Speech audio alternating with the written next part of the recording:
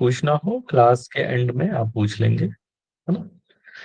चलिए सभी को प्रणाम नमस्कार। आज हम लोग मस्कुलर स्केलेटल डिसऑर्डर पढ़ेंगे। इसमें क्या क्या पढ़ना है? एनीबॉडी, कोई कोई बताइए, कोई बता सकता है इसमें कौन से डिजीज हैं? सर बैक पेन, हम्म, इंटरवर्टिबल डिस्क प्रोलैप्स, हम्म, lumbar spondylitis, cervical spondylosis, arthritis. हम्म।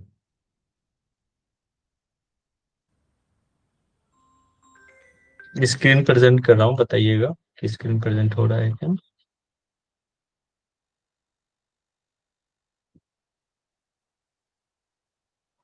यस भैया।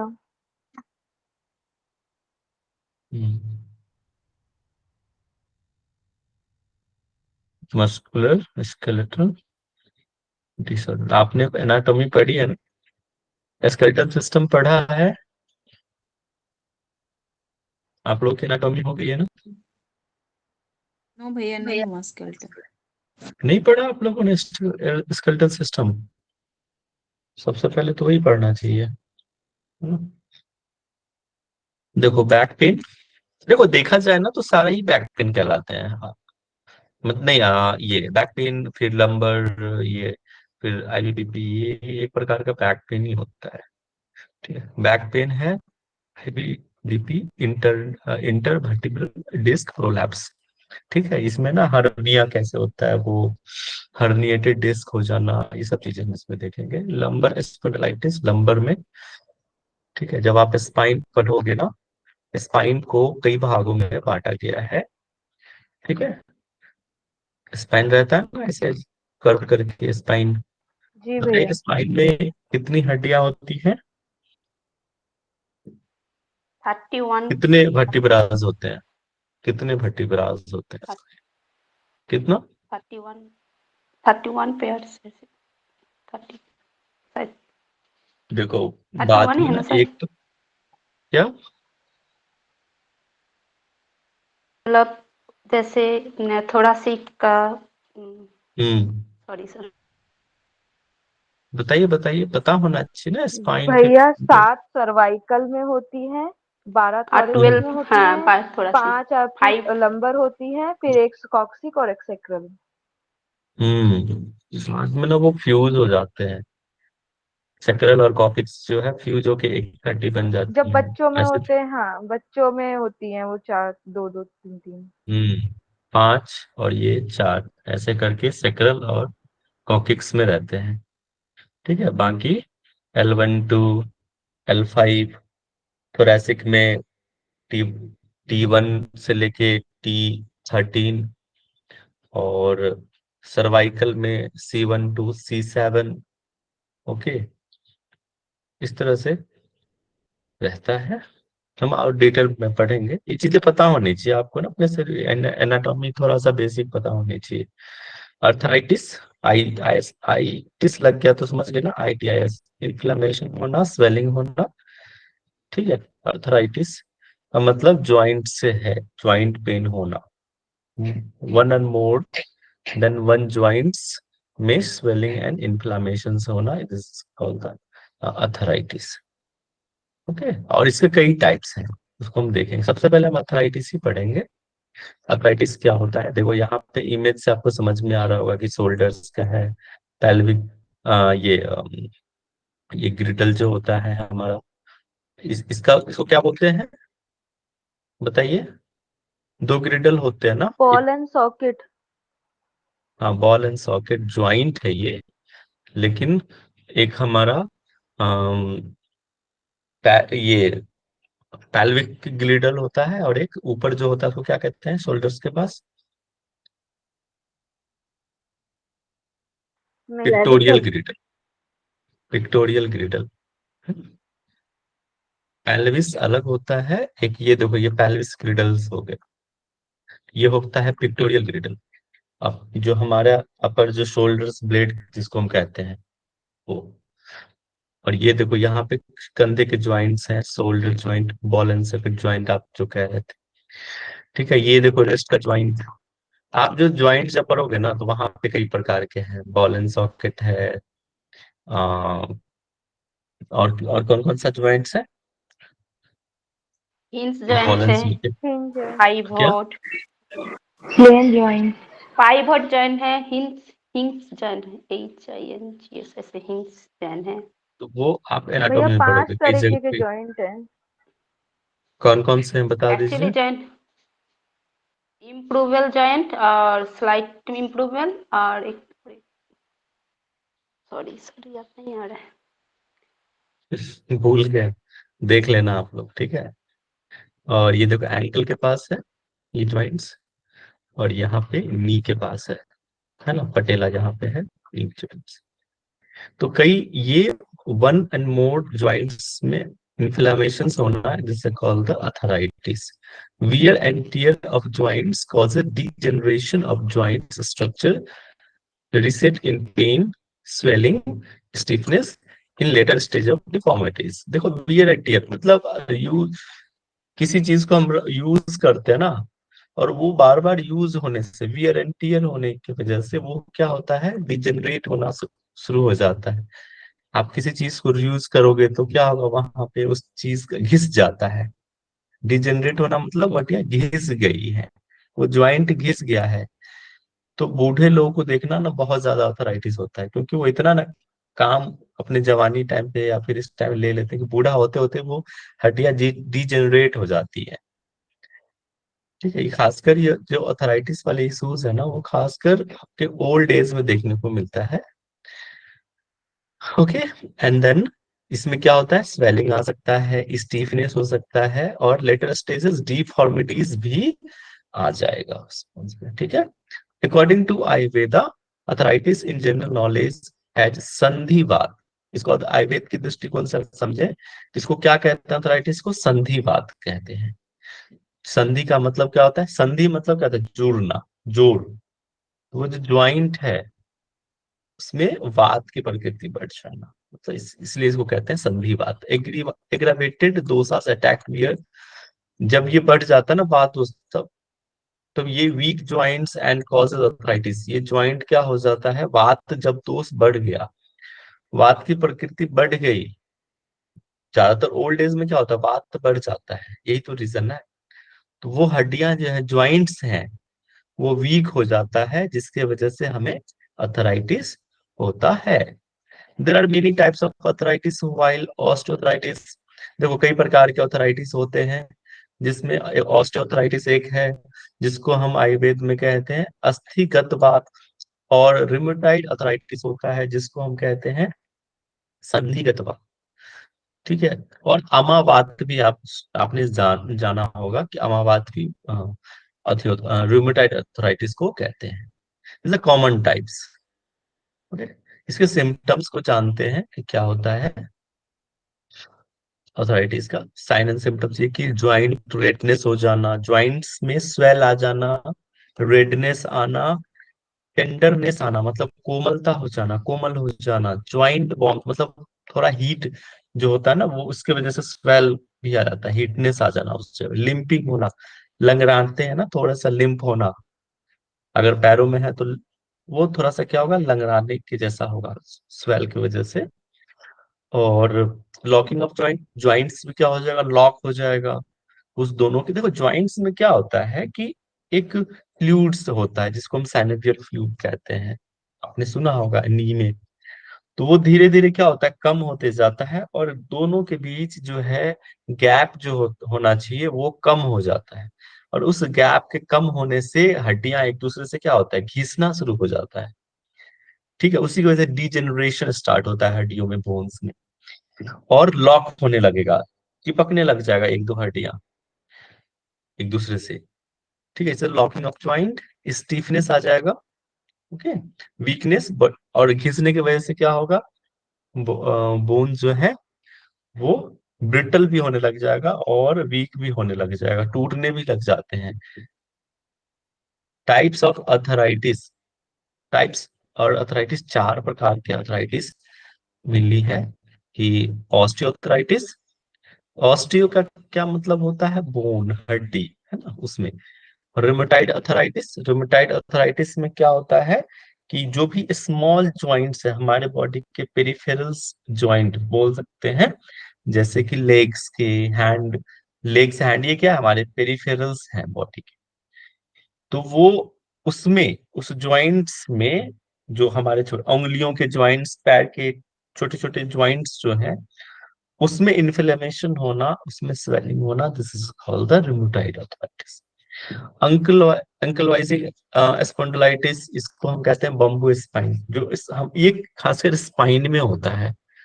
स्पॉन्डिलाइटिस हमारे स्पाइन वाले रीजन, उसकी डिफॉर्मिटीज की वजह है, ये इसी को कहते हैं अंकलाइज। इसको हम डिटेल में पढ़ेंगे जब हम पढ़ेंगे। तो गाउट होता है, गाउट्स में जैसे कि हमारे जो क्रिस्टल, ये क्या बोलते हैं उसको, गांठ बन जाता है। तो जैसे कि पैर के अंगूठे को देखना, वहां पे ना ऐसे वो कौन सा ये रहता है क्रिस्टल, एक मिनट याद करना। हाँ ये देखो, ये इस तरह से ना गांठ रहती है, ये इसको क्या कहते हैं, यूरिक एसिड। हाँ, यूरिक एसिड का जम जाना, यूरिक क्रिस्टल्स जो है यहाँ पे इस तरह से बन जाता है, इसकी वजह से ये आ जाते हैं। ठीक है, इसको हम पढ़ेंगे बाद। ठीक है, तो ये मेनली जो है 4 टाइप्स था यूरिक एसिड। ठीक है, याद रखें। स्ट्रक्चरल इन्वॉल्व इन ज्वाइंट्स, जो हमारा जो ज्वाइंट्स हैं, ठीक है, ये खासकर ये हमारा लिया गया है, किसका ज्वाइंट है, ये है हमारे नी ज्वाइंट से है, कि उसमें क्या क्या होते हैं, कौन कौन से स्ट्रक्चर कंपोनेंट्स इन्वॉल्व होता है ज्वाइंट्स में। The articular surface of bones, ये देखो आर्टिकुलर, ये जो हमारा जो है, पहले इसको समझने का प्रयास करो कि क्या क्या इसके अंदर है, कौन कौन से लेयर। देखो ये लिगामेंट्स हैं, एक मिनट, ये कंस्ट्रक्शंस बहुत जरूरी है इसको समझना। ये देखो, ये जो आउटलाइन क्या है, ये लिगामेंट है। इसके बाद ज्वाइंट कैप्सूल्स है, देखो जस्ट उसके बगल में क्या ज्वाइंट्स कैप्सूल्स है, लेयर बाय लेयर है। देखो कितना सेफ रखता है हमारे ये ज्वाइंट्स को। साइनोवियल फ्लूइड है इसके अंदर जो है, ये जो ब्राउन, वो क्या है हमारे, ये इसके ऊपर साइनोवियल मेम्ब्रेन हो गया, और उसके अंदर जो रहेगा वो हमारा साइनोवियल फ्लूइड। साइनोवियल फ्लूइड के जस्ट ऊपर एक पतली सी एक लाइनिंग है, उसको हम कहते हैं साइनोवियल मेम्ब्रेन।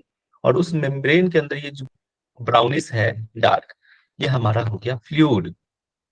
ठीक है, और यही गैप बना के रखता है उसमें, एक कह सकते हैं इसको ग्रीस का काम करता है। आपने साइकिल में देखे होंगे कि हम ग्रीस डालते हैं ताकि सॉफ्ट जो है चेन जो है सॉफ्टली मूव करे साइकिल में इजिली। अगर वो नहीं डालोगे तो क्या होता है, आवाज देखते हो, साइकिल के चेन में आवाजें आती रहती है, कट कट की आवाजें आना, ये एक रीजन है। ठीक है, इसके बाद देखो आर्टिकुलर कार्टिलेज है, ये हमारा क्या कार्टिलेज है, सॉफ्ट बोन जिसको आप कह सकते हो। इसके ऊपर ये हार्ड बोन हो गया, उसके ऊपर सॉफ्ट बोन रहता है, इसको हम कार्टिलेज कहते हैं। ठीक है, कान की हड्डियां ये क्या है, कार्टिलेज है। नोज की क्या है, सॉफ्ट बोन से कार्टिलेज है।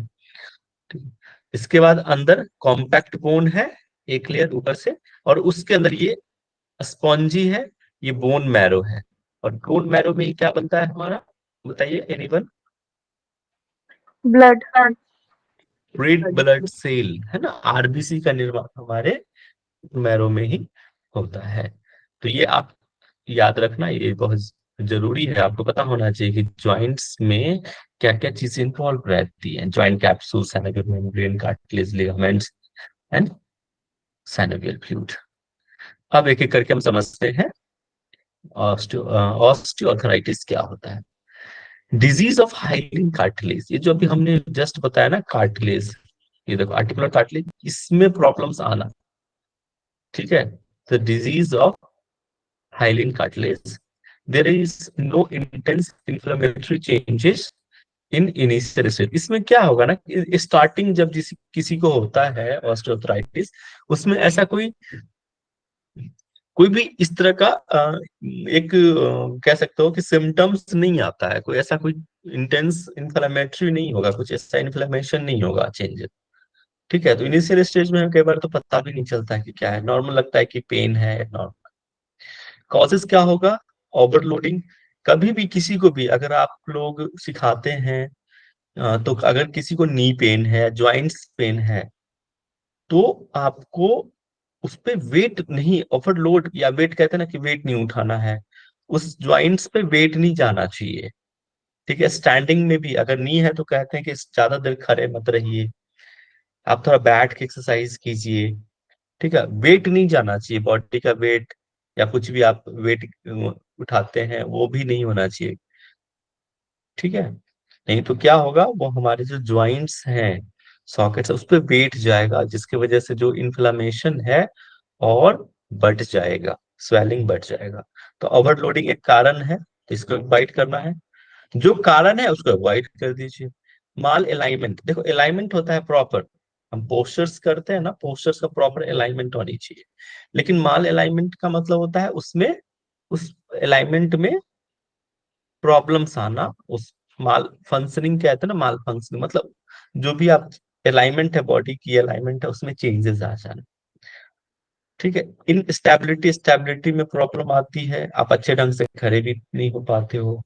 ठीक है, रिपीटेटिव माइक्रो ट्रॉमा, आप अगर बराबर रिपीटेशन में इंजरी होती है, ट्रॉमा का मतलब क्या होता है? इंजरी होना। एज फैक्टर है, जैसे बताया था ना कि ओल्ड एज में ज्यादातर होता है, तो एज फैक्टर है इसमें। धीरे धीरे जैसे आप बूढ़ोगे भाई आपकी हड्डियां कमजोर होते जाएगी, है ना। Altered forces across the joint with induce cartilage degeneration. ठीक है, अगर Altered forces across the joint with induce cartilage degeneration, इस तरह की अगर फोर्स, ज्यादा फोर्स आप इंड्यूस करते हैं कार्टिलेज या ज्वाइंट्स पे, तो उस जगह पे कार्टिलेज डीजनरेशन स्टार्ट हो जाएगा, इंड्यूस हो जाएगा। ठीक है, तो ये अवॉइड करना है, ये कारण है। It loses its ability to absorb even normal stress. It, ये क्या देखो, सॉफ्ट कहते हैं ना कि ये जो हमारे जो ज्वाइंट्स हैं उसमें अंदर जो फ्लूइड्स रहते हैं वो हमारे ऐसे शॉक ऑब्जर्वर का भी काम करता है। ठीक है, तो वो क्या हुआ, धीरे धीरे लूज होना शुरू हो जाएगा। ठीक है, इवन नॉर्मल स्ट्रेस कंडीशंस में भी ये होता है, ज्यादा स्ट्रेस दोगे तो वो भी क्या होगा, हमारा जो शॉक ऑब्जर्वर है वो भी लूज होना शुरू। This leads various injuries to joint, और ये कई अगर इंजरी हो गया, अभी जस्ट हमने बताया ना ट्रॉमा वाले, तो वही चीज है यहाँ पे। This leads various injuries to joint, ये इसके वजह से क्या हो जाएगा, कई सारे इंजरी आ जाएगी आपके ज्वाइंट्स में। The the release of enzyme from these cells break down collagen and proteoglycans destroying the articular cartilage। देखो इसमें क्या होगा कि ये एक, जैसे ही इंजरी होना शुरू हो जाएगा, प्रेशर क्रिएट होना शुरू होगा ज्वाइंट्स पे, तो वो एक एंजाइम रिलीज करता है। ठीक है, जो ज्वाइंट्स है वहां पे ना एक एंजाइम रिलीज होगा, उस फ्रॉम दिस उस सेल से, break down the collagen and proteoglycans destroying the articular cartilage. उस आर्ट उसको जगह को नष्ट करने के लिए, डिस्ट्रॉय करने के लिए मतलब आर्टिकुलर कार्टिलेज को वहां पे, ये देखो सिंपल लैंग्वेज में समझो कि उस जगह पर ना कि एंजाइम रिलीज होता है उस सेल्स के द्वारा। ठीक है, to break down the collagen and proteoglycogen, ये टर्म आप ध्यान में रखिए कि बस break down the collagen and proteoglycogen destroying the articular cartilage, the joint space is progressively lost over. अब हाँ देखो इसके वजह से क्या होता है कि जो रिलीज होगा ना, तो कुछ समय के बाद धीरे धीरे धीरे ओवर पीरियड ऑफ टाइम जो है, जो ज्वाइंट का स्पेस होना चाहिए था, ठीक है, वो ज्वाइंट का स्पेस क्या होगा, कम होता जाएगा, कम होता जाएगा, कम होता जाएगा। ठीक है, इसी की वजह से formation of new bone at the margins of joint. अब देखो आपने पढ़ा होगा ना कि ऑस्टियोपाइसेल्स, ज्वाइंट्स का एक नए उसके वजह से क्या होता है, नए हड्डियों का निर्माण होना, उसको क्या कहते हैं, ऑस्टियोफाइट्स कहते हैं। ठीक है, तो नया formation of new bone at the margin of joint, joints पे जैसे ही नए नए बोन्स बनना, फॉर्मेशन होना शुरू हो जाएगा, तो वो भी क्या होगा, वो भी आपको मतलब उस जगह पे, अब देखो एक स्मूथ है, एक स्मूथ बोन है। ज्वाइंट्स के आसपास जैसे ही छोटे छोटे बोन्स का फॉर्मेशन हो जाएगा तो क्या होगा, वो स्मूथ नहीं रहेगा। जस्ट लाइक आप इमेजिन करो, अम, खुरदुरा कोई रोड है, एक स्मूथ रोड है। स्मूथ रोड पे इजिली हम कर सकते हैं वो या कुछ भी, लेकिन जैसे ही वो खुरदुरा हो जाएगा तो क्या हो जाएगा, वहां पे एक स्वेलिंग आना शुरू हो जाएगा, धीरे धीरे बोन्स में क्या कह सकते हैं उसको, घिसना शुरू हो जाएगा। These are called the osteophytes. The joint space is progressively lost over the time, causing inflammation. वही चीजें हैं, ज्वाइंट इन्फ्लेमेशन की वजह से ज्वाइंट का जो स्पेस है धीरे धीरे कम होता जाएगा। देखो यहाँ पे समझिए, इस इमेज समझो, एक हेल्दी ज्वाइंट्स है, हेल्दी ज्वाइंट्स देखो कितना स्मूथ है ना। लेकिन यहाँ पे देखो अनहेल्दी ज्वाइंट्स है, ऑस्टियोआर्थराइटिस का एक सिम्टम है, क्या हो गया, बोन स्पर्स। यहाँ पे देखो ये बोन का एक छोटा छोटा बोन्स देख रहे हो, यहाँ फॉर्मेशन हो रहा है साइड्स में, ठीक है। इसके बाद क्या हो गया, ये एक्सपोज्ड बोन, क्रैक आ गया, cartilage to begin to breaking down, ये कार्टिलेज जो है वो क्या हो गया, ब्रेक होना शुरू हो जाएगा। इरोडिंग मेनिस्कस, मेनिस्कस आपने इससे पहले भी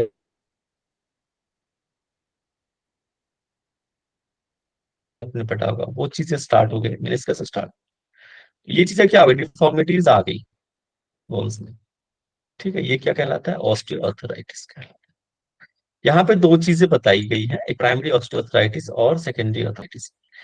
secondary osteoarthritis there is no obvious cause, इसका कारण नहीं है प्राइमरी में, कुछ विशेष कारण ही निकल के आ रहा कि क्यों हुआ है, ठीक है। ये हो सकता है कि it is due to intrinsic alteration of articular tissue themselves, ठीक है। क्यों ये हो सकता है, इट माइट पॉसिबल कि it is due to the intrinsic alteration of articular tissues themselves. Tissue आपने पढ़ा होगा, ठीक है। वहां पे कह रहा है कि आर्टिकुलर टिश्यूज उसके अंदर जो है अल्टरेशन होने की वजह से जो है ये प्राइमरी ऑस्टियोआर्थराइटिस हो सकता है। लेकिन सेकेंडरी आर्थराइटिस क्या है, it arises as a consequences of another conditions such as metabolic, anatomic, traumatic और इन्फ्लेमेटरी। इन सब की वजह से जो है सेकेंडरी आर्थराइटिस हो सकता है। ये थोड़ा सा सीवियर कंडीशंस आ जाती है कि मेटाबॉलिक के कंडीशंस हो सकता है, एनाटॉमिक कंडीशंस हो सकता है, इंजरी हो सकता है, इन्फ्लेमेशन हो सकते हैं, उसकी वजह से सेकेंडरी आर्थराइटिस होता है। क्लिनिकल फीचर्स, इसके दौरान क्या क्या क्लिनिकल फीचर्स आ सकते हैं कि पेन होगा, heat, swelling, stiffness, muscle weakness, instability, slowness. इस आप देखोगे ना कि बूढ़े लोग धीरे धीरे चलते हैं, स्लो वॉक चलते हैं, फास्ट नहीं चलेंगे, स्लोनेस इन मूवमेंट, धीरे धीरे चलेंगे, एंड जॉइंट लॉक होना शुरू हो जाएगा, डिफॉर्मिटी शुरू हो जाएगी। This are clinical features. Okay, management, आप जब एलोपैथी में क्या करते हैं कि वो मेडिसिन देते हैं, पेन किलर देते हैं, ब्रेसिंग एक सपोर्ट देते हैं, ब्रेसिंग का एक लगा के, ये देखो सपोर्ट है, ठीक है, ब्रेसिंग सपोर्ट्स देते हैं। और सप्लीमेंट्स में विटामिन ले देते हैं, कैल्शियम एक्सेट्रा, ठीक है, ये चीजें। और सर्जरी, सीवियर कंडीशंस में ऐसा है तो सर्जरी करने के लिए बोलते हैं। इस द मैनेजमेंट, हम हमें योग मैनेजमेंट से मतलब है तो पोस्चर्स करेक्शन, एक पोस्चर्स करेक्शन कराते हैं, डाइट प्रॉपर होना चाहिए, ब्रीदिंग पैटर्न ठीक कराते हैं, स्ट्रेंथनिंग देते हैं बोन अपने ज्वाइंट्स पे। और इनिशियल कंडीशंस में क्या है, all asanas can be done with holding with in pain free limit. देखो होल्ड कराते हैं बट कितना, कि जब तक दर्द ना हो, अगर दर्द होने लग जाए then avoid it. Later stage will weight bearing for long time, धीरे धीरे क्या होगा, ये स्ट्रेंथन के लिए है, बोन्स के स्ट्रेंथन के लिए कराया जाता है कि धीरे धीरे इसको होल्ड कराइए, धीरे धीरे इसको वेट के साथ होल्ड कराना सिखाइए, ठीक है। अगर अगर ज्यादा दिक्कत आए तो देन शुड बी अवॉइड, इसको अवॉइड करना चाहिए, वेट को अवॉइड करना है। तो वही कह रहा है, later stages weight bearing for long time should be avoid, long time के लिए अवॉइड करना है, ठीक है। स्टार्टिंग में तो देना चाहिए थोड़ा बहुत, क्योंकि स्ट्रेंथन बढ़े, थोड़ा थोड़ा high light weight feel, strengthen थोड़ा होते जाएगा then you can increase the weight. But also fast moving asanas should not be given as it might increase the वात दोष. फास्ट एक्सरसाइज उनको नहीं कराना है, बिल्कुल धीरे धीरे स्टेबिलिटी के साथ कराना. ठीक है, फास्ट कराओगे तो वात दोष बढ़ जाएगा, कैन बी कॉज इंजरी, जिसकी वजह से इंजरी आ सकती है. कंट्राइंडिकेशन क्या है इसका कि twisting of that particular joints must be avoided. Twisting नहीं कराना चाहिए, स्वेल और बढ़ जाएगा, इन्फ्लेमेशन आ जाएगा. ठीक है, खड़े होकर ज्यादातर नहीं कराना चाहिए एक्सरसाइज, उसको अवॉइड करना है. कोशिश कीजिए बैठकर, चेयर पे बैठकर या फिर बैठकर. पद्मासन को बिल्कुल अवॉइड करना है. पद्मासना इन ओए नी में अगर ऑस्टियोआर्थराइटिस नी है नी में, then it must be avoid Padmasana. Body weight bearing on joint which is most affected, बहुत ज्यादा इफेक्ट करता है, जैसे बॉडी वेट आप ले रहे हो उस ज्वाइंट्स पे, ये हमेशा अवॉइड करना चाहिए. अब जैसे कि नी पेन है तो हम खड़े होकर नी की एक्सरसाइज करें, वो गलत है. खड़े होके नहीं करें, कुर्सी पे बैठ के कीजिए. कुछ आसनास हैं यहाँ पे दिए हुए कि क्या क्या आसन हम करा सकते हैं. अर्धकटी चक्रासन, ताड़ासन, त्रिकोणासन, पवन मुक्तासन, लिमिटेड स्ट्रेच. ठीक है, अपनी क्षमता के अनुसार थोड़ा थोड़ा. अर्ध शलभासन करा सकते हैं, कोबरा पोज करा सकते हैं, नौकासन, पश्चिमोत्तानासन एंड सुप्त रुद्राकर्षण. ये देखो, ये पेशेंट टू पेशेंट चेंज हो सकता है, ये जरूरी नहीं है कि ये आसन दिए गए हैं तो यही आसन हम कराएंगे. भाई पर्सन के सिम्टम्स पे, पेशेंट के सिम्टम्स को देखते हुए कराना है. ऐसा तो नहीं कि बाकी ऑस्टियोआर्थराइटिस के अलावा भी उसको और भी शारीरिक समस्या है, तो ये चीजें देखनी पड़ती है. उत्थित उग्रासन और एक पादोत्तानासन, ये हमें आसन थोड़ा सा है. और प्राणायाम तो सारे प्रकार के प्राणायाम उसको आप करा सकते हो. मेडिटेशन, रिलैक्सेशन, योग निद्रा भी करा सकते हैं. रिलैक्सेशन, योग निद्रा, शवासन, ये सारे चीज.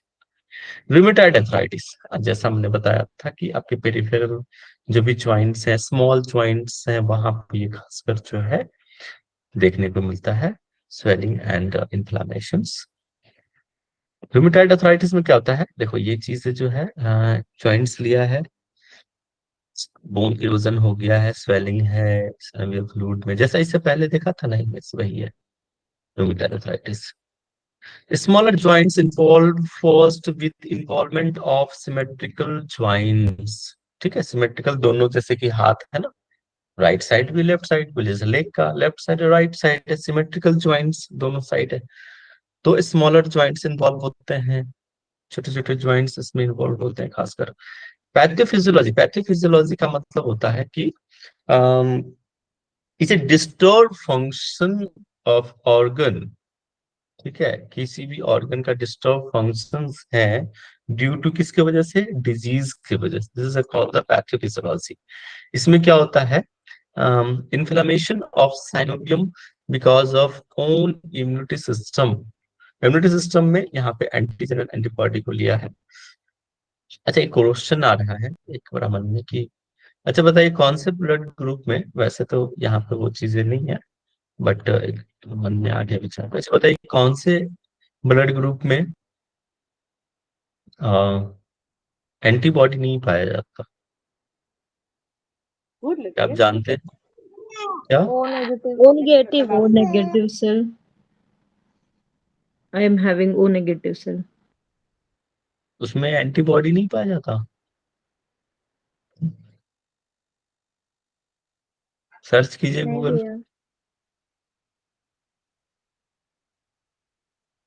कि ए बी है. जहां तक मेरे नॉलेज में है कि ए बी में एंटीबॉडी नहीं पाया जाता. मुझे भी ऐसे ही लग रहा है, ए बी नेगेटिव में शायद. ठीक है, आप पढ़ के आइएगा, कल बताइएगा, आपके लिए होमवर्क है. ठीक है, ओके.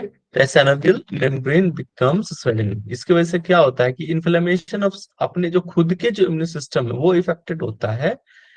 ठीक है, उन पे इन्फ्लेमेशन आने की वजह से synovial membrane becomes क्या हो जाएगा, स्वेल हो जाएगा. जो अभी हमने देखा ना, स्वेल, साइनोवियल मेम्ब्रेन के अंदर क्या है हमारा, साइनोवियल फ्लूइड है, तो साइनोवियल मेम्ब्रेन स्वेल हो जाएगा. ठीक है। और उसके वजह से जो हमारा वो किसकी वजह से, ये हमारा और अपने इम्यूनिटी सिस्टम की वजह से ये हो रहा है। ठीक है। Inflammation of synovium because of own immune system. ठीक है, इसके वजह से synovial membrane becomes swollen. Peripheral and symmetrical erosive polyarthritis. अब देखो पेरिफेरल्स, अभी जस्ट पता है ना कि बॉडी के हमारे लेफ्ट राइट ये सब जगह पे पॉली अथराइटिस मतलब कई प्रकार के अथराइटिस, मिनी अथराइटिस, एक से ज्यादा, वो चीजें वहां पे क्या इरोसिव हो जाएगा, वहां पे इरोजन आ जाएंगे। सिमेट्रिकल लेफ्ट राइट, ये ज्वाइंट्स, छोटे छोटे ज्वाइंट्स हमारे लेग्स में, पेरिफेरल्स, बॉडी के जो हमारे पेरिफेरल पार्ट है वहां पे। Synoviums at its junction with the bone and cartilage release certain enzyme, just अभी हमने देखा, which further causes erosion of bone and cartilage. ये क्या, जो एक एंजाइम अभी बताया ना कि वो उस जगह पे एंजाइम एंजाइम रिलीज होता है, जिसकी वजह से बोन्स में इरोजन शुरू हो जाएगा, कार्टिलेज में इरोजन शुरू हो जाएगा उस एंजाइम की। Cartilage start degenerating and demineralization of bone। अब इसमें भी कार्टिलेज में भी क्या हुआ, डिजेनरेशन स्टार्ट हो जाएगा, और बोन्स में भी डीमिनरलाइजेशन, उसमें जो हमारे मिनरल्स हैं उसका कम हो जाना, जैसे डीमिनरलाइजेशन। ठीक है। अब जैसे कि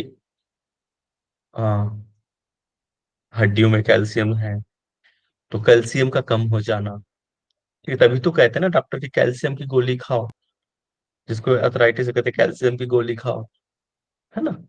joint destructions with loss of cartilage and bone results in deformity, partial dislocation and fusions. ये चीजें जो होता है किसकी वजह से, loss of cartilage and bone की वजह से क्या हो जाएगा, डिफॉर्मिटी आना शुरू हो जाएगा, पार्शियल थोड़ा सा डिसलोकेट हो जाएगा अपने जगह से, पार्शियली एंड फ्यूज हो जाएगा, फ्यूजन स्टार्ट हो जाएगा। क्लिनिकल फीचर्स, पैथोफिजियोलॉजी हो गया ना। एक मिनट, देखो ये जो है ना, ये क्या है, इसके है आर एच, एक मिनट, ओके। क्लिनिकल फीचर्स हो गया, मॉर्निंग स्टिफनेस, वेट लॉस, ठीक है, पेन, प्रेजेंस ऑफ रूमेटाइड नोडुल्स, छोटे छोटे जो नोडुल्स आ जाते हैं ज्वाइंट्स में, वो ज्वाइंट स्वेलिंग आएगा, रेडनेस आएगा, इन्वॉल्वमेंट ऑफ रेस्ट। देखो कि ये कहाँ कहाँ हो सकता है, इन्वॉल्वमेंट कहाँ कहाँ होगा, रूमेटाइड अर्थराइटिस का एक रेस्ट हो सकता है, हैंड्स में, फिंगर्स में आ सकता है, नी में हो सकता है, सर्वाइकल स्पाइन पे भी हो सकता है, TMJ and shoulder and elbow. अच्छा, anybody knows what is the TMJ?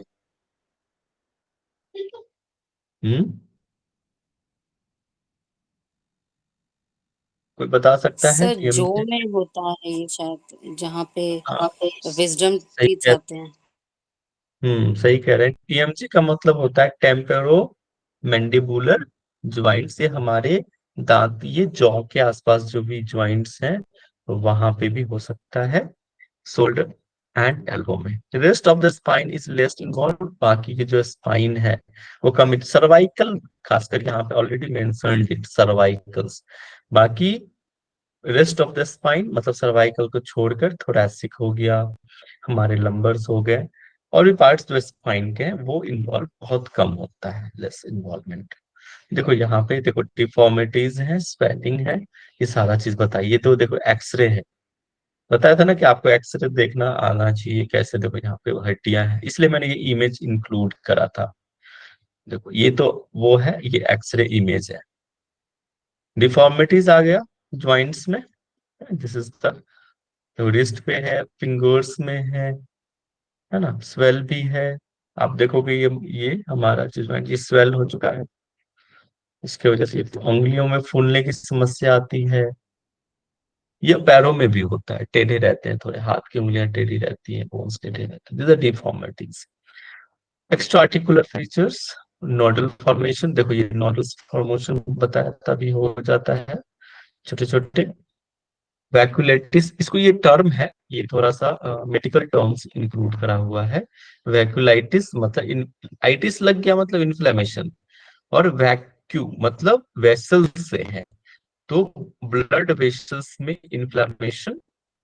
Carpel, carpel हमने पढ़ा था ना, कार्पेल मेटाकार्पल ये सब चीजें, तो वहां पे क्या, कार्पल टनल हाँ सिंड्रोम, जी। जो कहाँ होता है, हमारे रिस्ट या एल्बो पेन। ठीक है, कार्पल से। पल्मोनरी इफ्यूजन, पल्मो, पल्मो मतलब हमारे लंग से रिलेटेड है, वहां पे इन्फ्यूजन हो जाएगा, कहाँ पे, लंग्स एंड चेस्ट के बीच में, उसके बीच लाइनिंग्स में फ्लूइड का बिल्डअप होना, फ्लूइड का उस जगह पे इन्फ्लामेशन हो जाना, जिससे called pulmonary effusions. Okay, pulmo, lungs. Pericarditis मतलब, पेरी का मतलब क्या होता है, सराउंडिंग्स, तभी यहाँ लिख दिया। कार्डिक मतलब हार्ट, आइटिस मतलब इन्फ्लामेशन। ओके, इसी को कहते हैं पेरिकार्डिटिस, पेरिकार्डिटिस। ठीक है, तो मतलब हार्ट के जो सराउंडिंग्स में है, वहां पे क्या हो जाएगा, इन्फ्लामेशन आ जाएगा। Anaemia, it already you know that. And osteoporosis, this is calcium degeneration, degenerate हो जाना, this is called the osteoporosis. ये वर्ड भी आप कई बार सुनते होंगे कि उसको ऑस्टियोपोरोसिस हो गया, ऑस्टियोपोरोसिस। ये तो क्या हो गया, कैल्शियम डिजेनरेट। इस टाइम हम कैल्शियम की गोली खाते हैं ज्यादातर। मैनेजमेंट एलोपैथी में ये भी आप पढ़ लो, जान लो कि क्या होता है। एनाल्जेसिक मतलब पेन किलर्स, ये है, पेन किलर्स लेते हैं, inflammatory drug, anti inflammatory drugs लेते हैं। DMARD, disease modifying anti rheumatoid drug जिसको कहते हैं, ये दिया जाता है। ग्लूकोकॉर्टिकॉइड्स होता है, ये स्टेरॉइड है। ठीक है, steroid reduce pain and inflammation, ये क्या करता है स्टेरॉइड,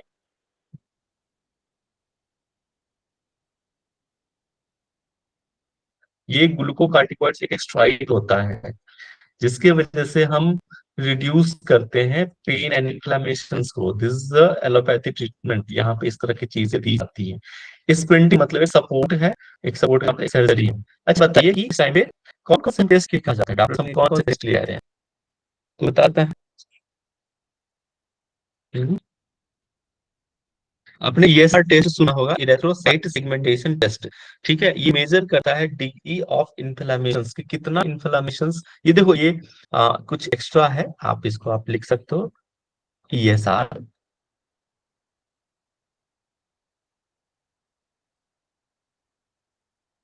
यहाँ पे नहीं है ESR टेस्ट। ये क्या करता है, इस मेजर द इरेथ्रोसाइट सेगमेंटेशन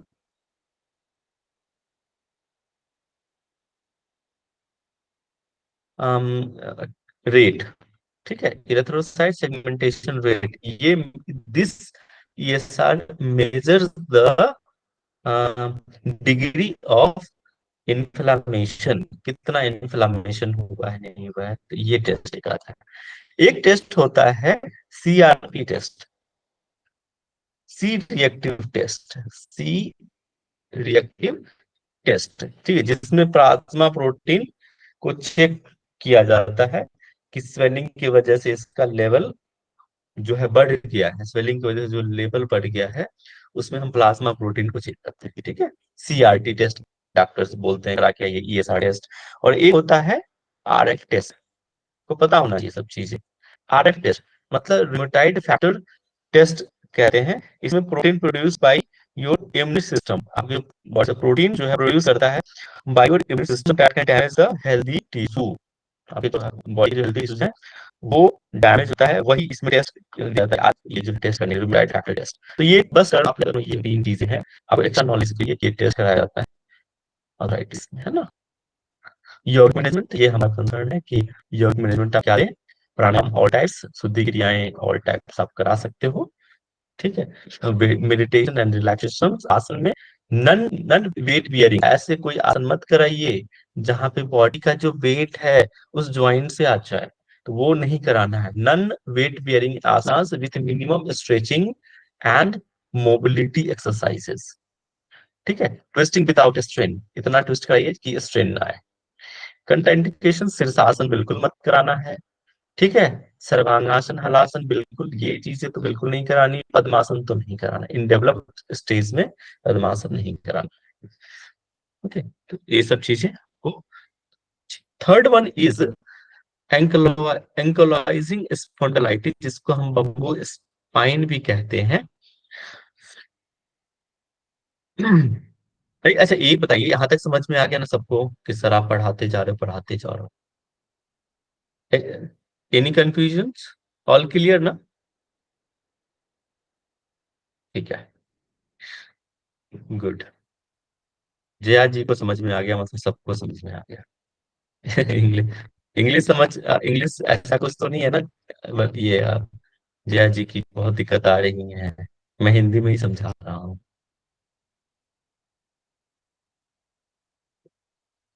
अब हम थर्ड पढ़ते हैं, एंकिलोजिंग स्पॉन्डिलाइटिस, जिसको हम बम्बू स्पाइन भी कहते हैं। ये किसके, देखो ना अपना आजकल ना ये स्कूल बच्चों को बहुत होता है। वो क्या करते हैं ना, बैक वो ऐसे, आजकल के बच्चे को देखना, आपके बच्चे भी अगर होंगे तो देखिएगा कि आपका बैग का जो बोझ है ना बहुत ज्यादा हो गया है बच्चों के। वो भर के जाते हैं और ऐसे नीचे सर झुका रहेगा, पीठ उठा रहेगा, इस तरह से चलते रहते हैं, ठीक है। तो ये एक रीजन है, ये अंकलोजिंग स्पॉन्डिल, इसको हम बम्बू स्पाइन कहते हैं। देखो ये स्ट्रक्चर है, नॉर्मल एनाटॉमिकली समझा जाए, जो स्पाइन का जो कर्वेचर है, देखो ये इस तरह से रहता है ना। देखो कर्व है, लंबर के आसपास कितना है, फिर ये हमारे थोरैसिक है, सर्वाइकल के पास, ये प्रॉपर ये हेल्दी स्पाइन है, ठीक है। Normal S curve of spine ये कहलाता है। लेकिन जैसे ही एंकलाइजिंग होगा तो देखो ये क्या हो गया। अब बच्चे जब बोझ यहाँ पे उठाएंगे बस्ता, तो ये क्या, गर्दन झुक जाती है आगे, ये पीछे की तरफ भागता है।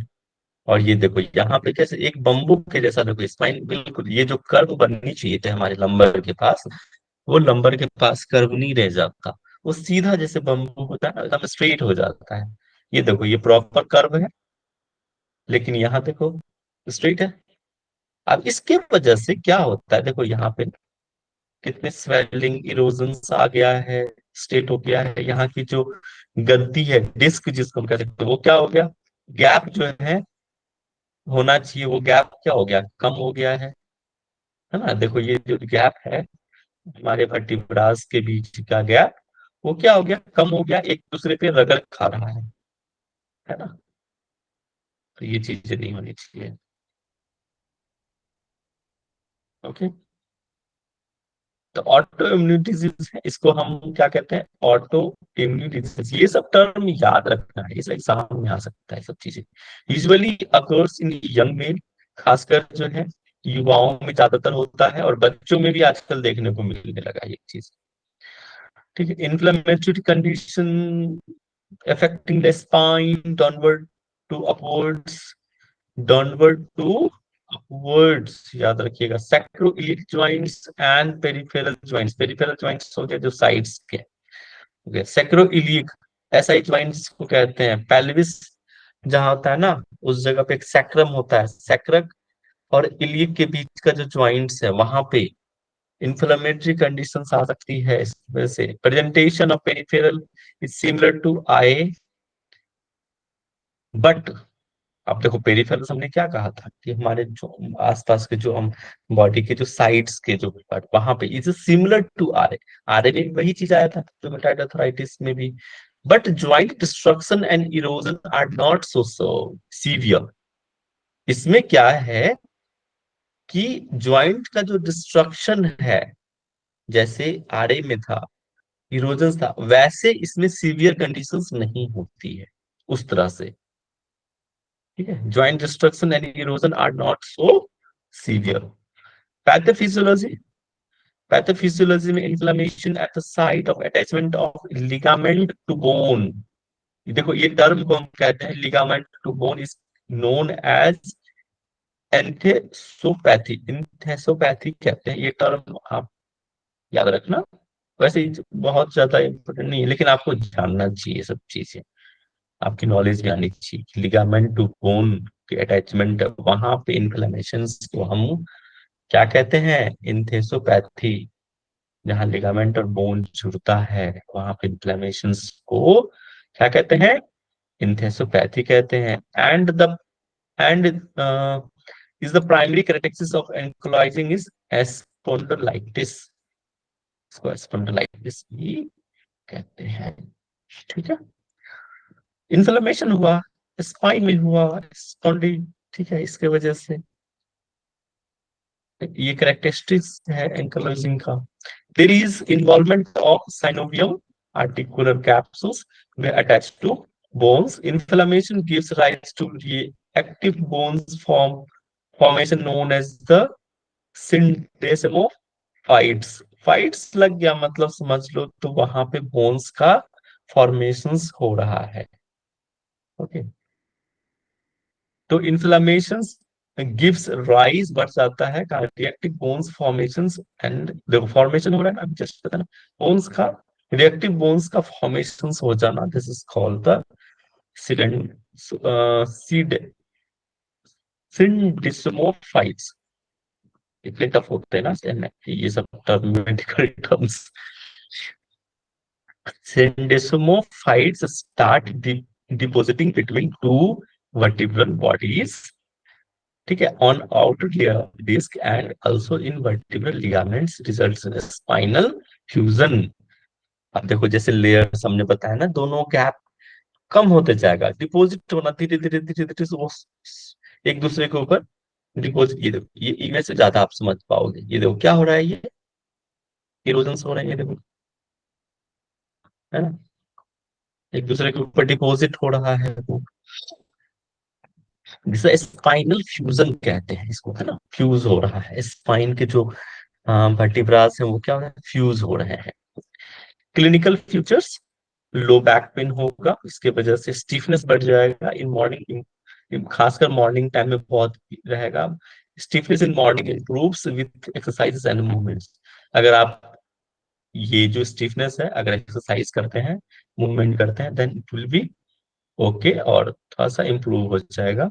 Pen at the sides of tendon, tendon पे क्या होगा, ये पेन हो जाएगा। Loss of lumbar lordosis, lumbar lordosis में लॉस ऑफ हो जाएगा किसका, लंबर कहाँ होता है, हमारे लोअर स्पाइन जिसको हम कहते हैं सबसे लोअर, वहां पे लाइडोसिस होना। ये जो कर्व है ना वो ज्यादा होना शुरू हो जाएगा। ये तो जैसे एक हेल्दी स्पाइन में हल्का एक एस शेप रहता है, उसमें ज्यादा ही हो जाएगा अंदर की तरफ, लंबर लाइडोसिस हो गया। हाँ नहीं, एक एक मिनट, लॉस ऑफ लंबर लाइडोसिस, ये क्या हो जाएगा, जो ये कर्व जो बन रहा था वो कर्व क्या हो जाएगा, कम हो जाएगा। ये जो कर्व है, ये जो कर्व है ना, ये क्या हो जाएगा, कम हो जाएगा, ये सीधा हो जाएगा। ये देखो, ये this is the loss of लंब लार्डोसिस।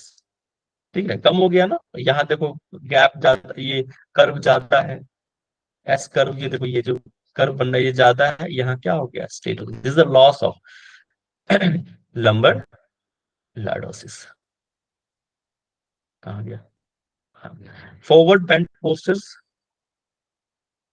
एंड मैनेजमेंट में हम इसमें पेन किलर देते हैं, analgesics and anti inflammatory drugs खासकर दिए जाते हैं। यौगिक मैनेजमेंट याद रखिए, ऑल टेक्निक्स ऑफ प्राणायाम, सारे प्राणायाम आप कर सकते हैं। चेस्ट एक्सपेंशन टूल, अब देखो चेस्ट कैसा था, इस तरह से हो गया था पीछे से कर्व, तो जैसे चेस्ट एक्सपेंशन करना शुरू करोगे तो क्या हो जाएगा, ये चेस्ट खुलना से हो जाएगा। जितना लंग्स एक्सपेंशन आप कर सकते हो इसमें, आप चेस्ट ओपनिंग एक्सरसाइज अच्छा है, ठीक है, भुजंगासन, उष्ट्रासन, दिस इज गुड। और ब्रीदिंग, चेस्ट ब्रीदिंग जो है is also good. Increase the lung capacity, कि लंग्स कैपेसिटी को इंक्रीज करना है with in pain free limit, जिसमें सूर्य नमस्कार करा सकते हैं, चेस्ट ओपनिंग आसन जस्ट लाइक आई सेड, भुजंगासन हो गया, धनुरासन, ताड़ासन, अर्ध कटी चक्रासन, पीछे की तरफ आधा फो करते हैं, ट्विस्टिंग, उदराकर्षण, अर्ध मत्स्येंद्र आसना, ठीक है, ये चीज ट्विस्टिंग पोज में आ गया। बैक बेंडिंग में सेतुबंधासन, राजकपोतासन, ठीक है, फॉरवर्ड बेंडिंग में एक पश्चिमोत्तानासन आप करा सकते हैं। Meditation and relaxation, also included. Fourth one is now gout. जो हमने बताया था, गाउट्स में क्या होता है, हमारे जो यूरिक एसिड्स जो है या क्रिस्टल जिसको आप कह लीजिए, क्रिस्टल्स का जमा होना, धीरे धीरे धीरे धीरे यूरिक क्रिस्टल्स का जमा होना जॉइंट्स में, खासकर ना पैरों में ज्यादातर देखने को मिलता है। आपने देखा होगा अपने आसपास भी बहुत लोगों को भी ये देखने को मिलता है कि वहां उसके ना घुटने पैर के अंगूठे अंदर की तरफ रहेंगे, वो डिफॉर्म्स रहते हैं। वो वहां पे क्या होता है, यूरिक क्रिस्टल्स का जमा होना शुरू हो जाता है। वहां पेन, बहुत असहनीय पेन, बहुत दर्द होता है उस जगह पे, स्वेलिंग आ जाएगा। ठीक है। और इन्फ्लेम जॉइंट्स, यहाँ पे इन्फ्लेमेशन, रेडनेस रेडनेस आने लग जाता है। ये दो, ये सब क्या है, हमारे यूरिक एसिड्स हैं, उसके क्रिस्टल्स आप कह लो acid. Deposition of uric crystal in joints, rise in serum level of uric acid, serum level बढ़ जाएगा यूरिक एसिड में, एक्यूट एंड क्रोनिक हो सकता है ना, कम और या फिर बहुत पुराना।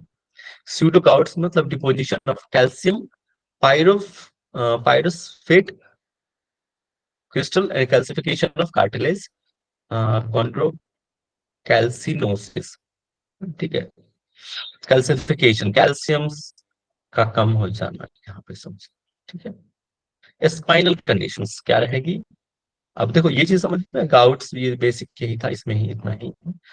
स्पाइनल कंडीशन, एक बैक पेन है, बैक पेन के अंदर ये सारी चीजें आ जाती हैं। ठीक है, अर्थराइटिस हो गया है, अब थोड़ा सा देखो इसको, ऑस्कुलोसिस, लार्डोसिस, काइफोसिस साइट का, स्पॉन्डल लायोसिस एंड स्पॉन्डोलियोथेसिस, ये इतनी चीजें हमें नहीं पढ़नी है। और एक है पीआईबीटी, ये हमें पढ़ना है। Prolapse intervertebral disc. स्पाइन के बारे में ऑलरेडी हमने जिस जिक्र किया था आपको कि 33 बोन्स होते हैं, एक 7 cervical, C1 to C7, thoracic T1 to T12, lumbar L1 to L5, sacrum.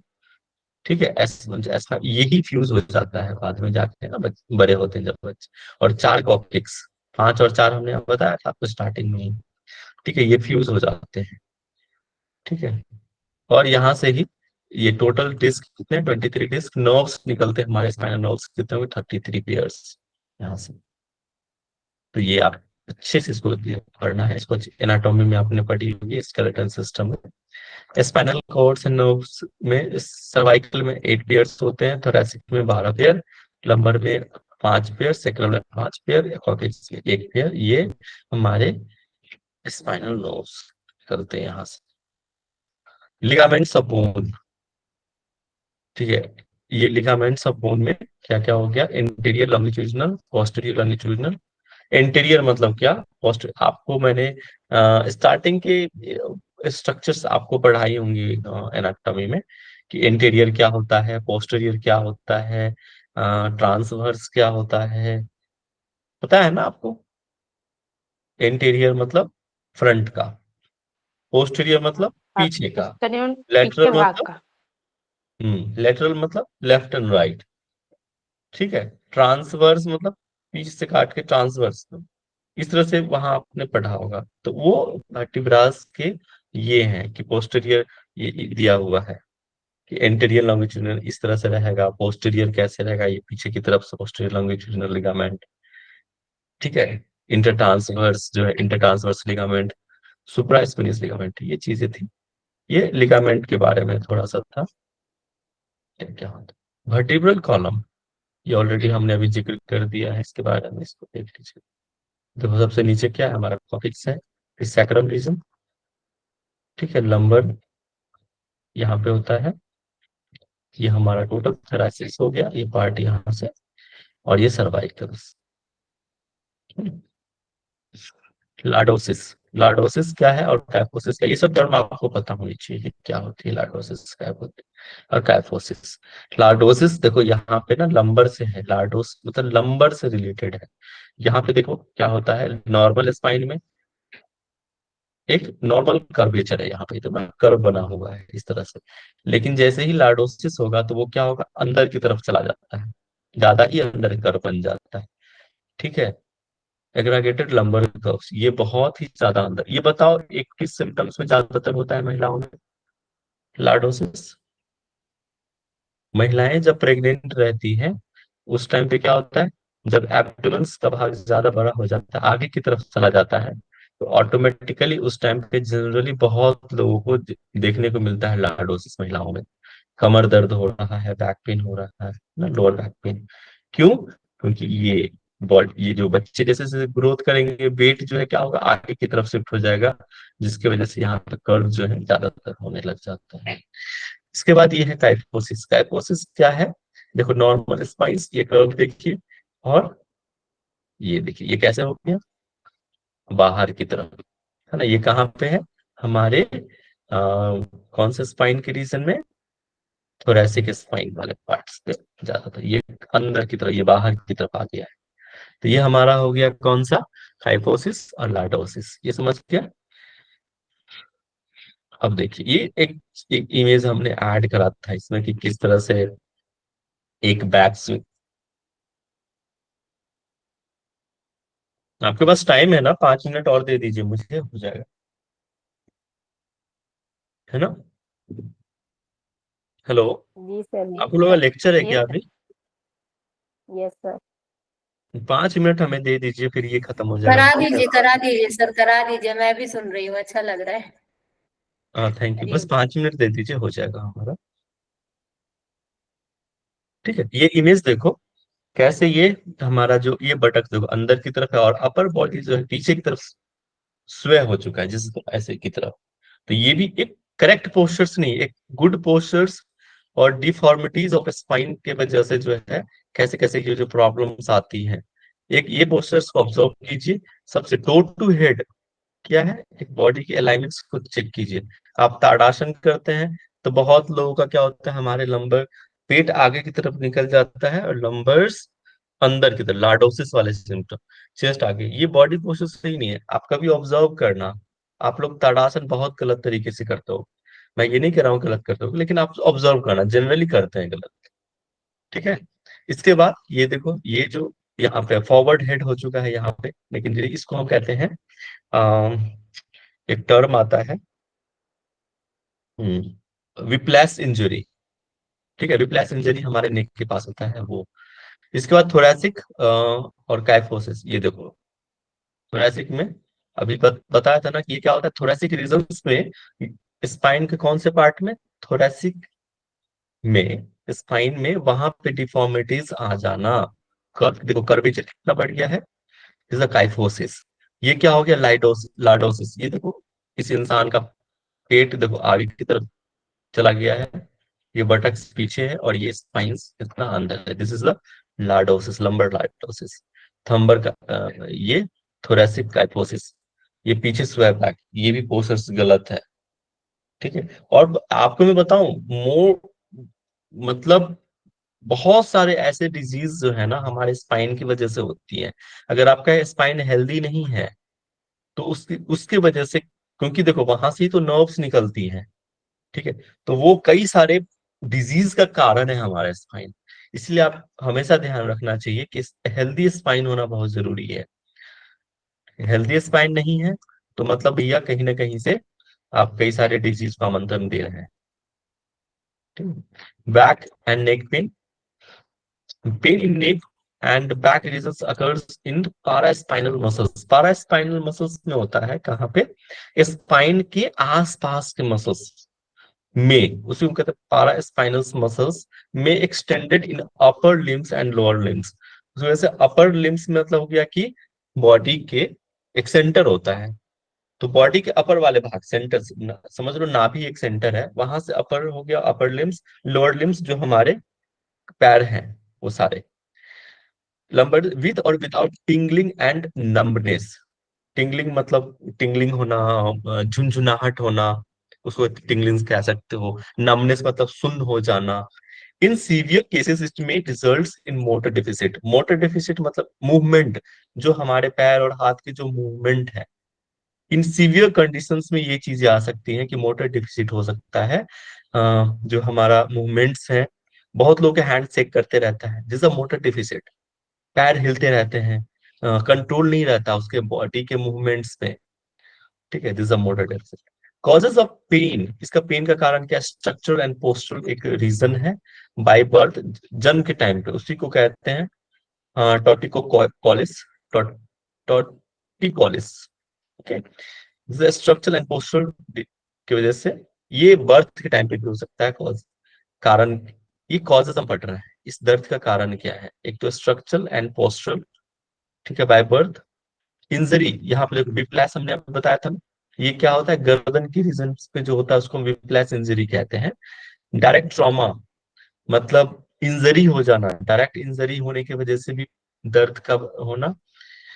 Trauma मतलब क्या होता है, इंजरी होता है। डिजेनरेशन होना, माइक्रो ट्रॉमा, ठीक है। इन्फ्लेमेशंस, इन्फ्लेमेशन, अर्थराइटिस ऑलरेडी है, एंड इन्फेक्शंस की वजह से ये चीजें दर्द हो सकती हैं। विप्लैश इंजरी मैंने ऐड कर दिया था, देखो ये चीजें हैं। एक रेस्टिंग कंडीशन में क्या रहता है, इम्पैक्ट पीछे की तरफ देखो, ये यहाँ पे, और hyper extension and hyper flexion, आपने पढ़ा होगा ये टर्म्स मूवमेंट वाले टर्म में एनाटॉमी में, कि एक एक्सटेंशन होता है, फ्लैक्शंस होता है, ये चीजें। एक्सटेंशंस किसको कह सकते हैं, फ्लैक्शंस किसको कह सकते हैं, टुवार्ड्स योर बॉडी, जैसे कि हम एक्सटेंड कर रहे हैं तो वो स्ट्रेच होना है, ठीक है। और फ्लैक्शंस मतलब टुवार्ड्स योर बॉडी, अंदर की तरफ क्लोज कर, फ्लैक्शंस, एक्सटेंशन, आप वहां पढ़े होंगे डिटेल्स में। टाइप्स ऑफ स्कोलोसिस, ये देखो यहाँ आप लोग हेल्दी कंडीशंस में देखो, ये क्या है, स्पाइन महिला का स्ट्रेट है, लेकिन थोरेसिक स्कोलोसिस में क्या है, ये स्कोलोसिस हम पढ़ रहे हैं, ध्यान रखिए ये सब टर्म्स आपको याद रखना है। ये क्या हो गया, शिफ्ट हो गया है, या तो लेफ्ट शिफ्ट होगा, या तो क्या होगा, राइट शिफ्ट होगा अपने जगह से, लेफ्ट एंड राइट। अभी तक हमने क्या देखा था भाई, स्पाइन हमारा आगे पीछे हो रहा है, थोरेसिक का आगे पीछे हो रहा है, अंदर की तरफ या बाहर की तरफ जा रहा है। ये क्या है, अपने जगह से हिल, मतलब लेफ्ट या राइट जा रहा है, लेटरल मूवमेंट हो रहा है। You know the lateral, left and right movements, lateral movement हो रहा है स्पाइन का। तो थोरेसिक स्कोलोसिस मतलब थोरेसिक रीजंस पे स्पाइन का लेफ्ट या राइट होना। लंबर स्कोलोसिस मतलब लंबर वाले रीजंस पे लेफ्ट या राइट होना। और ये देखो थोरेसिक एंड लंबर एक साथ, दोनों जो है, thoracic vertebras and lumbar vertebras involvement है इस दोनों में। जो मिडिल पार्ट जो हमारा, वो मिडिल बैक जो है वो हमारा लेफ्ट एंड राइट होना, लेटरल मूवमेंट होना।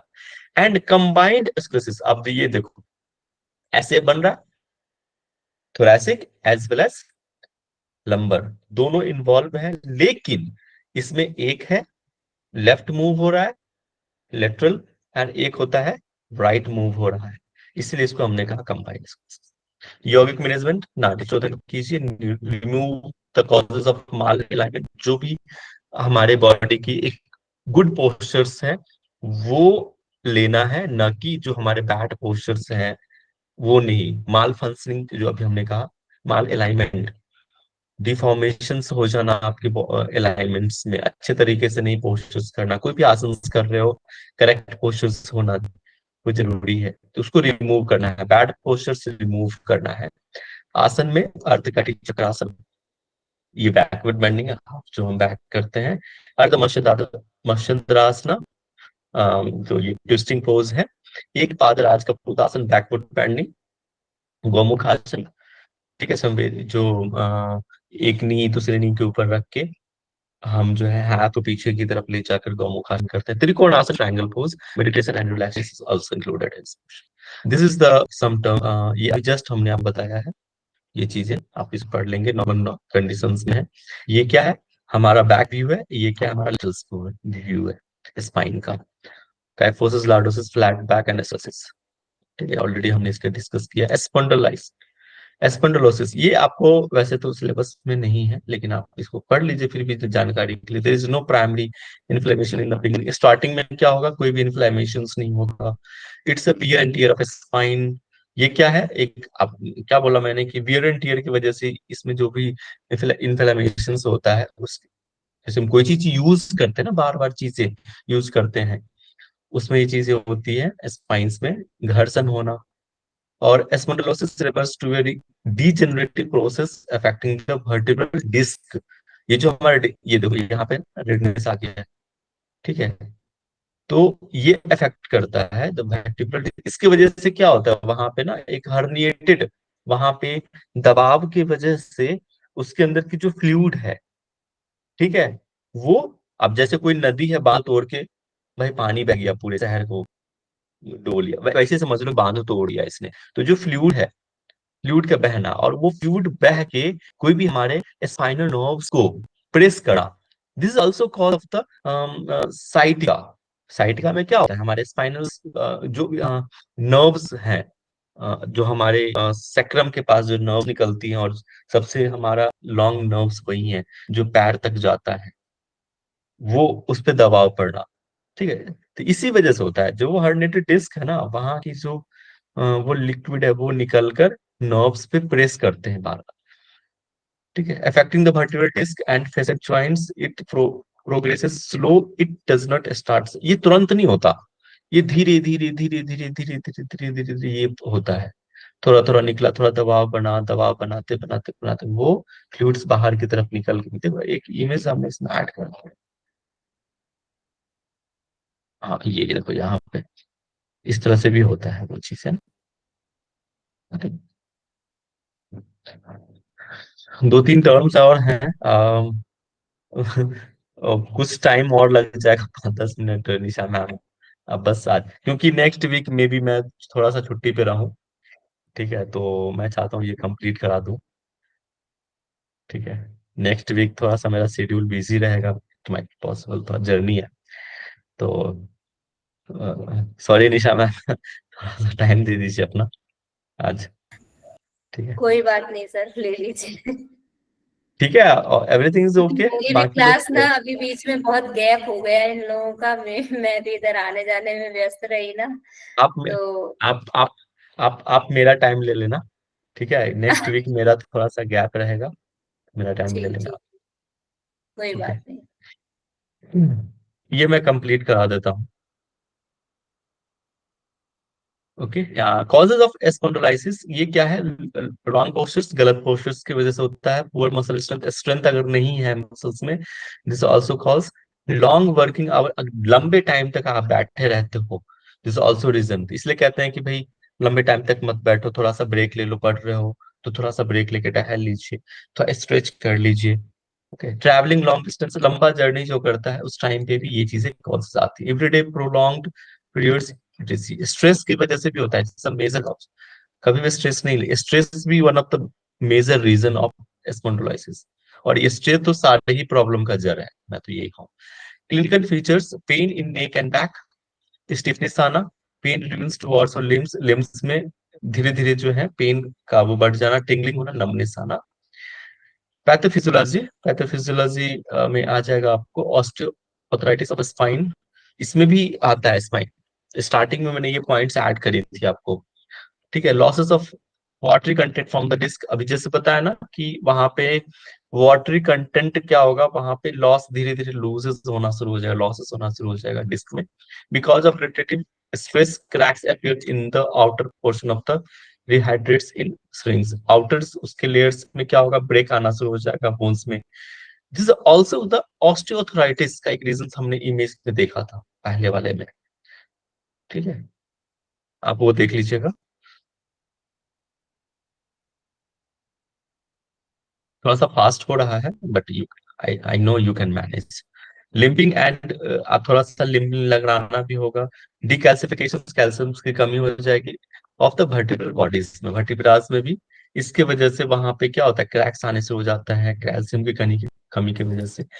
खासकर इस सब चीजों में कैल्शियम की गोलीज कहते हैं डॉक्टर्स खाने की। Low grade inflammatory changes in formation of the osteophytes, osteophyte जैसे आया, जैसे मैंने क्या बोला, फॉर्मेशन शुरू हो जाओ, थोड़े थोड़े जो हमारे जो बोन्स हैं उसके बनने शुरू हो जाएंगे आसपास उस जगह पे, इन्फ्लेमेशन शुरू हो जाएगा उसकी जगह वजह से। These osteophytes may cause the pressure on nerves and produce pain along the process of the nerve। अभी जस्ट हमने इसी बारे में जिक्र करी थी कि जैसे ही वो नर्व्स पे क्या हो जाएगा, प्रेशर क्रिएट होना शुरू हो जाएगा।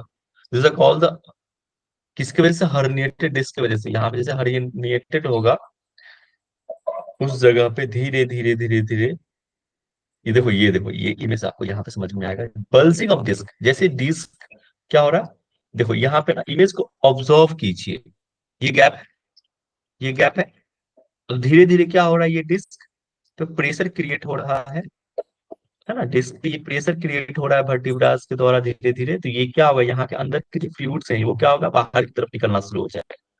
और ये जैसे ही बाहर निकलेगा तो हमारे जो नर्व्स हैं, स्पाइनल नर्व्स, देखो ये बाहर निकल गया, तो यहाँ पे इन्फ्लेमेशन शुरू हो गया, रेडनेस, और जो नर्व्स हैं उस पर प्रेशर क्रिएट हो जाए। और देखो यहाँ पे इमेज देखो, जहां सर्कल कर रहा हूँ, ये प्रेशर क्रिएट होते फ्लूइड्स बाहर निकल गया, बाहर जैसे ही निकलेगा ये, तो ये क्या होगा, डिस्क कम होते जाएगा, गैप कम होते जाएगा। और यही चीज disc generation with osteophyte formation. और ये देखो यहाँ पे साइड में हड्डियां की धीरे धीरे धीरे धीरे फॉर्मेशन भी शुरू हो जाएगी। किसी का वो है, खुला हुआ है माइक, बंद कर दीजिए। अब आता है clinical management. Allopathy, anti inflammatory drugs देते हैं, पेन किलर्स देते हैं, मसल रिलैक्सेशन के लिए बोलते हैं, हीट अप्लाइड करते हैं, गर्म ठंडा कहते हैं ना, सेक लगाइए इस तरह से, और पोस्चर्स करेक्शंस के लिए कहते हैं, and diet management is very important, and rest करने के लिए ज्यादा। अजी कोई भी कुछ कह रहे हैं? योगाचार्य जी आप अपना माइक ऑफ कर लीजिए प्लीज। माइक म्यूट कर लीजिए, बस 5 मिनट हम और दे लेंगे आपका, 5 से 10 मिनट, 10 मिनट और। यौगिक मैनेजमेंट, सर आप अपनी साइड से कर दीजिए, जिसका नहीं हो रहा है आप कर दीजिए। उनका ऐसे ही चलता है। से पानी अगर एक दिन ले लोगे तो हमसे कहने लग जाते हैं। म्यूट कीजिए योगाचार्य जी, थैंक यू। यौगिक मैनेजमेंट में क्या देंगे, asanas in presence of pain and no exercise. अगर दर्द है, हम क्या करते हैं ना, दर्द रहता है, अरे एक्सरसाइज करो ठीक हो जाएगा, नहीं, रेस्ट करना है। उस टाइम पे आपको क्या करना चाहिए, रेस्ट करना चाहिए। दर्द है तो रेस्ट कीजिए, धीरे धीरे स्वेलिंग धीरे धीरे कम होगा, नहीं तो और क्या होगा, इन्फ्लेमेशन बढ़ जाएगा, पेन बढ़ जाएगा, स्वेलिंग आ जाएगी। Must be avoided. यहाँ पे इस टाइम पे आसन को अवॉइड कीजिए, rest is very needed.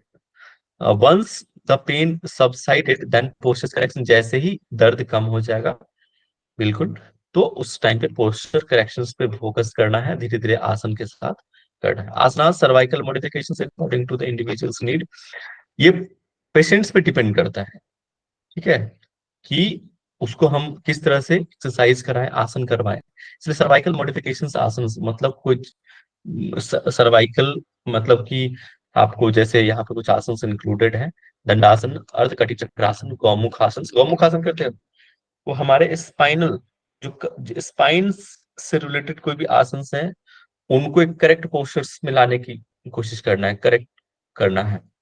Vajrasana कीजिए, पद्मासन कीजिए, मार्जरी आसन, स्पाइनल ये तो होता है ना एक्सटेंशन फ्लेक्शन, मार्जरी आसन में दोनों ही चीजें होती है, एक्सटेंशन एंड फ्लेक्शन। हाफ वर्टिकोब्रा postures, tadasana and tree pose. Lumbar में अर्ध कटी चक्रासन, ये किसके लिए था, ये हमारे हो गया सर्वाइकल्स के लिए, ये पूरे ही वो उसके लिए है, तो देखा जाए तो स्पाइन के लंबर में अर्ध कटी चक्रासन, त्रिकोणासन, सुप्त उद्राकरण, इकपाद उत्तानासन, अर्ध शलभासन, सेतुबंधासन, चाइल्ड पोज। मतलब ये रिलैक्सेशन जो है, चाइल्ड पोज क्या है, आपकी जो लंबर पार्ट है उसको रिलैक्स करने का काम करता है। प्राणायाम, आप कोई भी चेस्ट प्राणायाम कर सकते हैं, all pranayama is okay. Chest opening exercises, हाँ प्राणायाम में आप जैसे कि मेरे हिसाब से क्या नॉर्मली आप जो है भ्रस्तिका और कपालभाति, अगर पेन है उस टाइम पे अवॉइड कीजिए, नहीं तो पेन बढ़ जाएगा। चेस्ट ओपनिंग पोस्चर कर सकते हैं, बंद मूल एंड उड्डयन बंद भी अवॉइड करना है जब दर्द हो तो, ठीक है। बंद में मूल बंद लगाना इज अ गुड, मूल बंद से अच्छा है। और मेडिटेशन, कंट्राइंडिकेशन, यहाँ पे शीर्षासन बिल्कुल मत कीजिए, मत्स्येंद्रासन, चक्रासन, सुप्त वज्रासन, सर्वांगासन एंड जालंधर बंद। सर्वाइकल के लिए है तो जालंधर बंद नहीं करना है, अगर सर्वाइकल में है तो, ओके। क्योंकि क्या होता है जालंधर बंद में हम चिल को लॉक करते हैं, तो फॉरवर्ड बैंड नहीं करना है। ये आपके सिलेबस में नहीं है, ये भी स्पॉन्डिलोलिस्थेसिस यहाँ पे बस थोड़ा सा है, आप समझ लीजिए कि क्या होता है dislocation of lumbar sacral joint, lumbar और सेक्रल ज्वाइंट्स में डिसलोकेशन होना, forward shifting of the lumbar में फिफ्थ जो हमारा वर्टिब्रा है लंबर का और फर्स्ट है सेक्रल बॉडी का, वहां पे ये डिसलोकेशंस होते हैं। खासकर ये जो हमारे जो स्पोर्ट्स पर्संस होते हैं ना, फुटबॉलर्स, उनमें ज्यादातर ये प्रॉब्लम्स आने की संभावना रहती है। ग्रेड ऑफ डिस्प्लेसमेंट कि कैसे हमारा जो एक इमेज यहाँ ऐड करा है हमने, ये देखो कैसे कैसे शिफ्ट हो रहा है, धीरे धीरे धीरे धीरे पीछे की तरफ। यही है यहाँ पे 25% डिस्प्लेसमेंट, 20 से 50% डिस्प्लेसमेंट, 50 to 75 डिस्प्लेसमेंट और 75 डिस्प्लेसमेंट, ये चीज है। कितना परसेंटेज जो है डिस्प्लेस हो रहा है। General appearance pain in SI joint, sacral joints में, और बटक्स में पेन होगा, थाई एंड लोअर लेग्स में, खासकर स्पोर्ट्स पर्संस को ज्यादातर ये चीजें आती हैं। प्रोट्रूडेड एब्डोमेन्स, ये क्या होगा हमारा आगे की तरफ, पेट जो है आगे की तरफ जाना धीरे धीरे शुरू हो जाएगा प्रोट्रूड। फ्लैट बटक्स, जो हमारा बटक्स एक प्रॉपर कर्व होती है वो ना होकर क्या होगा फ्लैट होना शुरू हो जाएगा। हार्मस्ट्रिंग, थाई मसल्स जो है, हार्मस्ट्रिंग जो है वो भी बिल्कुल टाइट हो जाएगा। आप यौगिक मैनेजमेंट में और प्राणायाम दे सकते हैं, meditation, relaxation, Omkar, chanting, light mobility asanas, बिल्कुल इजी आसनस करना है विदाउट ट्विस्टिंग वाले, एंड एक्सट्रीम बैक बेंडिंग, ये भी आपको अवॉइड करना है, एक्सट्रीम बैक बेंडिंग। पवन मुक्तासना करा सकते हैं, एक पादत उत्तानासना, अनंत आसन, अनंत आसन आप लोग देखिए आना क्या होता है, ठीक है, ये आप लोग का होमवर्क हो गया। Bridge pose without extreme lifting, dandasana, active hamstring stretching, ये हार्मस्ट्रिंग स्ट्रेच करना है थोड़ा थोड़ा धीरे धीरे दंडासन के थ्रू। दंडासन में बैठते ना कि पैर सीधा करके, है ना, मूल बंधा एंड उद्यान बंद करना है। सेम मैंने उद्यान बंद में एक चीज बताई थी, पेन हो तो उस टाइम पे अवॉइड कीजिएगा, अदरवाइज उद्यान बंद इज गुड। अश्विनी मुद्रा करना है is also good, relaxation contraction of anus, Ashwini मुद्रा। पीआईबीडी, प्रोलैप्स इंटरवर्टिब्रल डिस्क, इसमें क्या होता है देखो ये चीजें क्या होता है, एक ये है ना डिस्क का एक कटिंग है, ये ट्रांसवर्स इमेज है, this is the transverse image, ये धीरे धीरे फ्लूइड से प्रेशर करते हुए बाहर की तरफ आ रहा है, दिस इज हर्निएटेड, है ना। Protrusion of the disc, 4 stages of the herniated disc, 4 stages बताया गया है इसमें से, देखो ये first stage, second stage, third stage and fourth stage.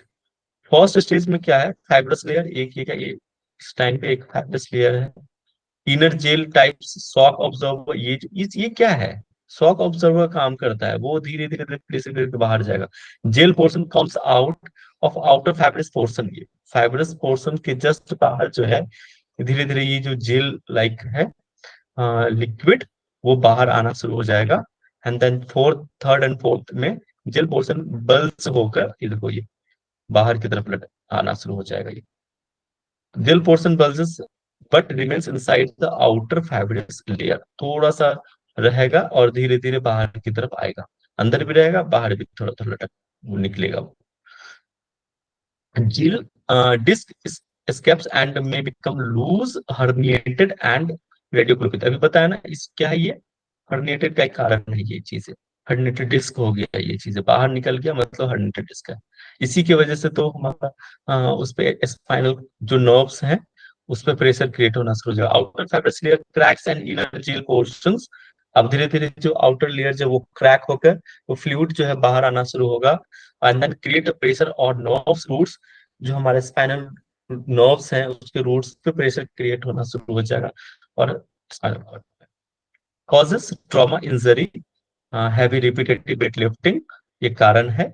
ज्यादा वेट लिफ्ट भी नहीं करना चाहिए, बहुत जो वेट लिफ्टर्स होते हैं ना उनको देखना ये चीजें बहुत आती हैं, ठीक है, हर्निया की शिकायत बहुत आती है उनमें। डिस्क, ओबेसिटी, मोटापा भी नहीं होना चाहिए, इसलिए कंट्रोल करना है ओबेसिटी को।